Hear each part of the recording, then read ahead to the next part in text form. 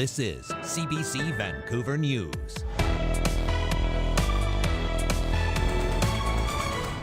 We've sort of taken for granted where we can ship our lumber, and it's worth looking internally. As softwood lumber producers face uncertainty with the threat of U.S. tariffs, experts are looking at ways to prevent any blows to the industry. And many gathered in downtown Vancouver today to celebrate International Women's Day. Abortion, reproductive rights, everything around the agency of women is something that is ours and it cannot be taken from us. And to raise awareness about what some women face today. Also, it's time to spring forward this weekend. They still think that changing clocks is inconvenient. But there's some communities where time stands still. Good evening and thank you for joining us. I'm Michelle Morton. As the Canadian forestry industry faces threat from a double whammy of tariffs and duties from the U.S., industry experts in the province are looking for ways to lessen any blow. As Sorb Sendhi reports, one solution could be increasing the use of softwood lumber in the construction market. This show home is part of a new multi-unit project in Surrey. It's a 6-story mass timber condominium tower. Functions as good as, if not better than concrete when it comes to sound transmission, both impact and airborne transmission when built to code. And he says the project has been built with Smartwood, a mass timber building system that is environmentally friendly. The beauty about mass timber is that it does cost more than wood frame traditionally built buildings, but there's a significant savings when it comes to the amount of time it takes to put them up because they're pre-manufactured floor pieces or wall pieces. Anderson says at a time when Canada's softwood lumber is facing uncertainty over the threat of U.S. tariffs, projects like mass timber buildings make sense now more than ever. We have a lot of wood product that comes from Canada, is processed in the U.S., and we get it back, but we also have the ability to use our own naturally sourced and naturally produced lumber, especially our mass timber comes from BC. We've sort of taken for granted where we can ship our lumber, and it's worth looking internally. The bulk of Canadian softwood exports go to the United States, which represents more than half the market for the $10 billion industry, and it's largely centered in BC. On Monday, the U.S. Department of Commerce proposed a levy of almost 20% on Canadian softwood lumber. That's on top of 25% tariffs already announced by U.S. President Donald Trump. I worry about any mills, pretty much anywhere in the province, and especially those ones that are further north that have already been having a bit of a tougher go. It's only going to make things harder in these regions where forestry has been struggling for the last little while. The province says in the face of tariff threats, it is moving forward with its initial countermeasures that will include the removal of interprovincial trade barriers. We have to pivot when we have these challenges, whether it's our industry finding suppliers elsewhere from the U.S. or finding different ways to do stuff, which is part of innovating new ways to get the same end result accomplished. The province says it's helping manufacturers in BC access the fiber they need to create jobs and is exploring other options to ensure forestry companies are able to continue to operate. Saurabh Sandhu, CBC News, Surrey. Hundreds of people gathered in downtown Vancouver today to mark International Women's Day. As Pinky Wong tells us, some are also using this global celebration as an opportunity to raise awareness about what challenges some women face today. Thank you for braving the rain with us today and for being here. It is a day to acknowledge women. This year's theme for the rally is accelerated action. Lobby, to protest, to reach out to community, to show up for community, or just speaking up amongst your friends group. The rain did not stop participants from making their voices heard. Abortion, reproductive rights, everything around the agency of women is something that is ours and it cannot be taken from us. Some also came to pay tribute to women for their home country. They are not given so much freedom as it is here. They are not safe. There are a lot of rape cases happening over there and a lot of gender inequality. This is the third year this event is happening in Vancouver, where women and community leaders are rallying on International Women's Day, where similar events are also hosted around the world. In London, Ontario, Carmen Lansdowne is recognizing the importance of women as the first Indigenous woman to lead the United Church in Canada. Across the history of Christianity as a faith, there's been very few women who have reached to the top elected leadership or the top appointed leadership of their churches. And so it's a huge honor. The biggest affirmations for me is seeing my own kid think of me as a boss lady of the church. While it is a day to raise awareness for challenges women face, it is also a day to celebrate one another. I always used to introduce myself as a feminist, a mother, a log scaler, you know, like there was, but that was always first. These are the matriarchs of BC. These are Métis, this is my Métis mother and cousin, multiple generations who look up to them and they bring us out here. They say they will continue to uplift one another while recognizing the past and present hardship faced by women around the world. Pinky Wong, CBC News, Vancouver. It's that time of year again, time to spring forward. The provincial government is still contemplating whether or not to align with the U.S. and shift to permanent daylight saving time. But as Corey Bullock reports, some areas in BC are already non-observers. For some, it's a dreaded time change that's hard to get used to, losing an hour of sleep as much of BC sets their clocks forward early Sunday. Yeah, it takes me like 2 weeks if I really think about it, which is a long time. I don't find it takes much time. I just find it annoying. We're still practicing the time-honored tradition despite the fact that BC passed legislation several years ago to shift to permanent daylight time. Premier David Eby has said BC is waiting until states south of the border make the change. But this week, he said he might change his tune, considering the current political climate. My usual response to this is that our biggest trading partner and a group of people that we want to stay in sync with has not yet changed their clocks. But yeah, it's open to the new world that we're in, that we stand on our own 2 feet as a province in relation to everything, including time zones. And while Eby continues to ponder that possibility, in other parts of BC, like Creston, time stands still. It's my understanding that it has always been the way. People at that time thought changing, and they still think that changing clocks is inconvenient. Creston is one of several BC communities that don't observe daylight saving. The northern communities of Chetwynd, Dawson Creek, Fort St. John, and Fort Nelson also keep their clocks the same year-round. DeBoon says it can sometimes be confusing, especially for neighboring communities who are on opposite time zones half the year, like Cranbrook and Nelson. For people that have to make appointments outside of Creston, it's something they always have to bear in mind. He says he's in favor of the province's motion to keep clocks the same and doubts his community would vote to change what they've been doing for decades. But one thing most can agree on. Yeah, I'm okay with one clock staying the same way. In the meantime, we'll continue to spring forward into spring. Corey Bullock, CBC News, Cranbrook. A new primary care centre has opened in Kimberley, offering more care options for residents. It's a new space where we can expand access to primary care with additional team members. So there's a real strong focus in primary care now with team-based care.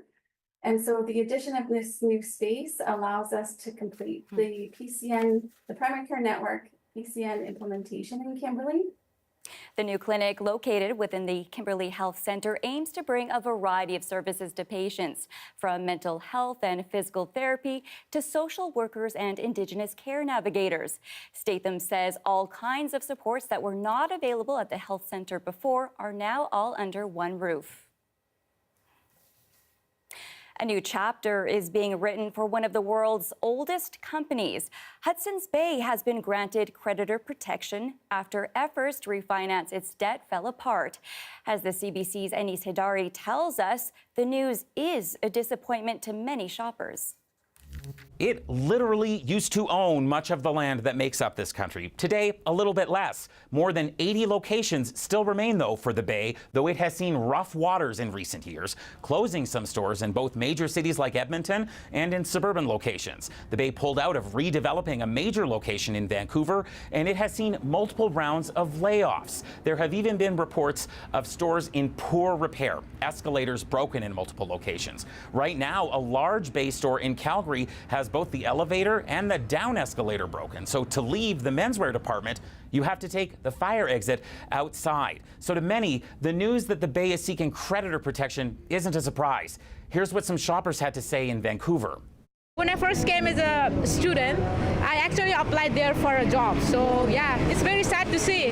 I'm hoping that they do something with it, but they keep the building, because it's such a historical building. It's beautiful. So the fact that they might go bankrupt is actually kind of a sad part of history disappearing, I think. And do you still shop at the Bay? Absolutely. I'm very sad to hear that, and for all the people who will lose their jobs. As for what's next for the Bay, the stores aren't going anywhere yet. Here's what a retail expert says. There's an outside chance that coming out of this, there's a smaller scaled down version. I've heard from insiders that 20 to 30 locations actually are profitable. It still is a very important part of the retail landscape, even if it's diminished. So there could be a play there, but I think without new ownership, I don't see that really coming about. Hudson's Bay's owners recently bought Neiman Marcus in the U.S., but then spun it off into a separate company along with Saks Fifth Avenue. So those two chains aren't affected by this so far. But older department stores have a rough go in the modern Canadian landscape. Think about Sears Canada, which notably went through a similar process of creditor protection years ago. While Sears initially said it had hoped to emerge from creditor protection, it didn't. Anise Hadari, CBC News, Calgary. In Penticton, dozens of people gathered yesterday to celebrate the return of migrating salmon to Okanagan Lake. For decades, dams on the river system have blocked salmon species from entering the lake, but construction begins this spring on a fish passageway. To have those fish come back to communities that have not had salmon come back for over 100 years or around 100 years, it means a lot. It's a wonderful next chapter in the salmon story. The $5 million project will bypass a major dam, allowing sockeye unimpeded access into Okanagan Lake again. The fish passageway is expected to be completed in July, in time for the annual salmon migration in the autumn. Young members of the Falls Creek Racing Canoe Club, striving to compete in the highest level, had an exciting opportunity to learn from one of the best. 2024 Olympic gold medalist Katie Vincent had a chat with the athletes and shared insights, encouragement, and inspiration as they continue their journey in the sport. Take a look. I think the coolest thing about our sport in Canada is that we're all coming from canoe clubs across the country, so it's nice to connect with the younger athletes and share a bit of my story and teach them a little bit with the national team. They were asking a lot of good questions about having balance in sport and life, in school, and how to train, and different questions about training with the national team and what that's like. So I think they're pretty motivated athletes, and they're really smart, and they obviously want to keep doing better, so that was the best part. She is a product of a lot of hard work, and that's the key message that I'd really want to get across to anyone, that these results are tangible. If you can really put in the hard work and do the hard graft, you can absolutely get results like Katie. I would say, find something you love. Doing sport isn't always about winning. It's about, finding a community, being active, enjoying your time, and I always just try to have fun. And my best friends and my best memories weren't about races. They were about little things that happened at training camps or practice and stuff like that. The things that you can't make up, and you go along and you have fun, and those are the things you talk about, for the rest of your lives when you're friends for life.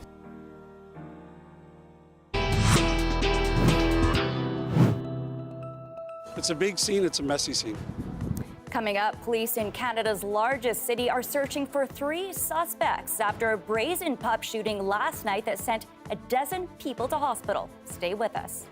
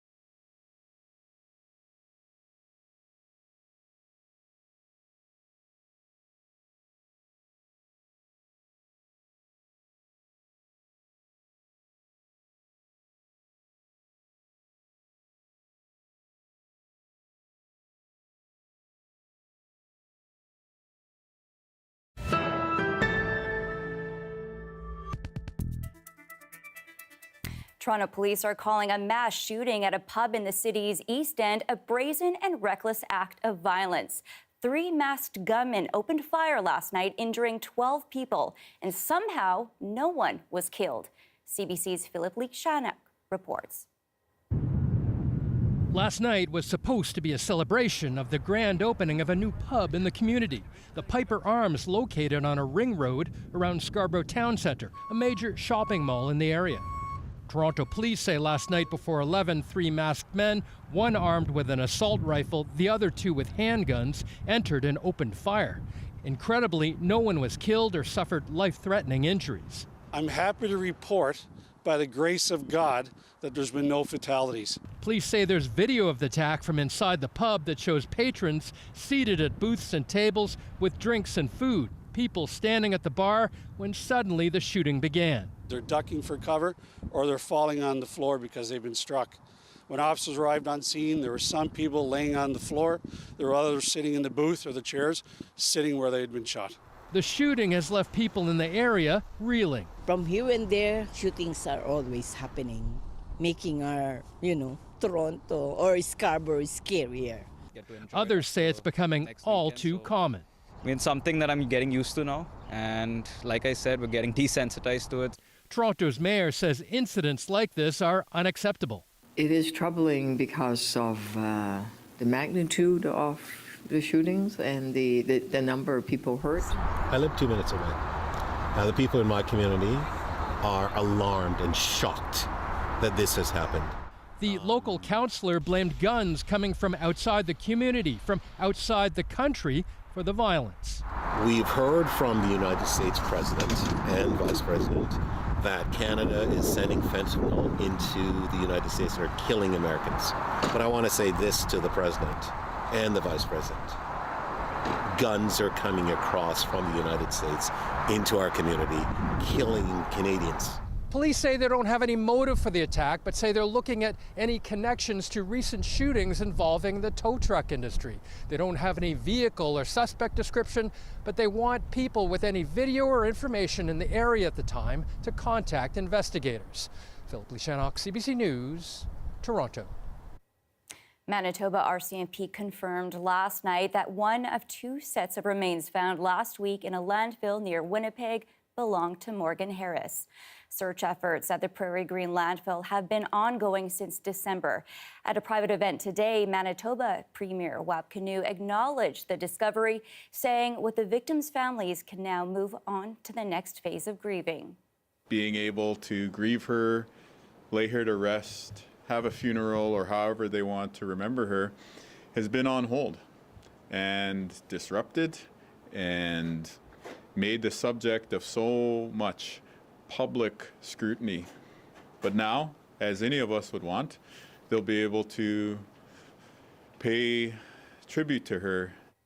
Harris's daughter took to social media describing the news as a very bittersweet moment.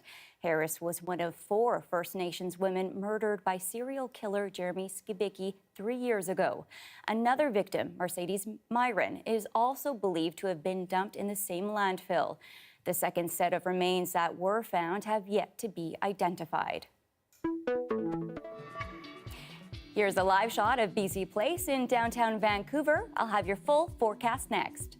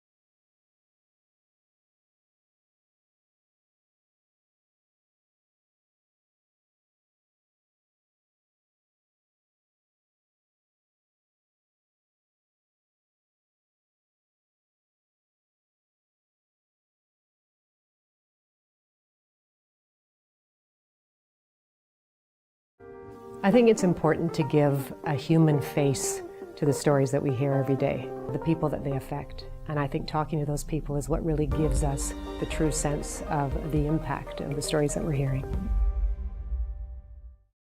Hi, I'm Amy Bell, and this is your CBC Inbox.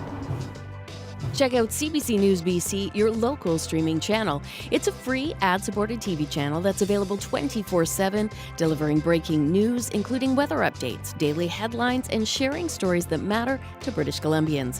Stream your favorite CBC programs like The Early Edition, BC Today, and On the Coast. CBC News BC is available on Roku, LG, and Samsung smart devices. Back to International Women's Day now. The gender gap in STEM, or science, technology, engineering, and math, remains significant. But we are going to take you inside one artificial intelligence lab where almost all the researchers are women. Our Yasmin Renea spent a day at the lab that's bucking the trend. We tried many different things. Giving a presentation while holding your baby, not unusual at this lab. It's not looked down upon to bring your kids into the lab if you need to. 6 out of 8, or 75% of researchers at SFU's Artificial Intelligence Lab are women, even though nationally, women make up less than a quarter of the people working in STEM careers. It's cool to have so much collaboration with people who have an understanding of what it's like to be someone who is marginalized in that field. The researchers say their projects are influenced by their experiences as women. Would you be open to discussing a structured path for salary increase? Charlotte Ho is developing an AI model to help women negotiate raises. A lot of us are thinking AI is such a threat, but that is completely wrong, right? Because AI is an assistant for us to enhance our skills. Other researchers are using AI for animation production and portrait design. Why don't you tell me how you're feeling today? I'm feeling joyful. Well, that's nice to hear. Here's a painting of you feeling joyful. Beyond the research, the women say the lab gives them much needed flexibility. I've taken a number of years off to take care of my daughter, and I've come back to school, and they're very supportive of my personal needs. The lab is headed by a man. He says he tries to bring more women into the lab, but knows he has to walk a fine line. How do you do it in a way that's not overpowering? So I'm always thinking about those issues. Although in general, I just like to work with smart people. This University of Alberta assistant professor who researches diversity in STEM says labs across the country should take note of SFU's lab. When an environment is created where women can succeed, all kinds of women, with all different life experiences and all different needs can succeed, that's really incredible. She says that will help create the next generation of remarkable researchers. Yasmin Renea, CBC News, Surrey.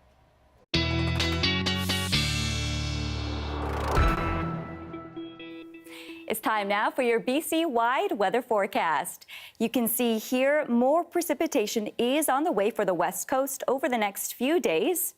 For this evening, temperatures are expected to cool down to 7 degrees in Victoria, 0 in Whistler, and minus 10 degrees in Dease Lake.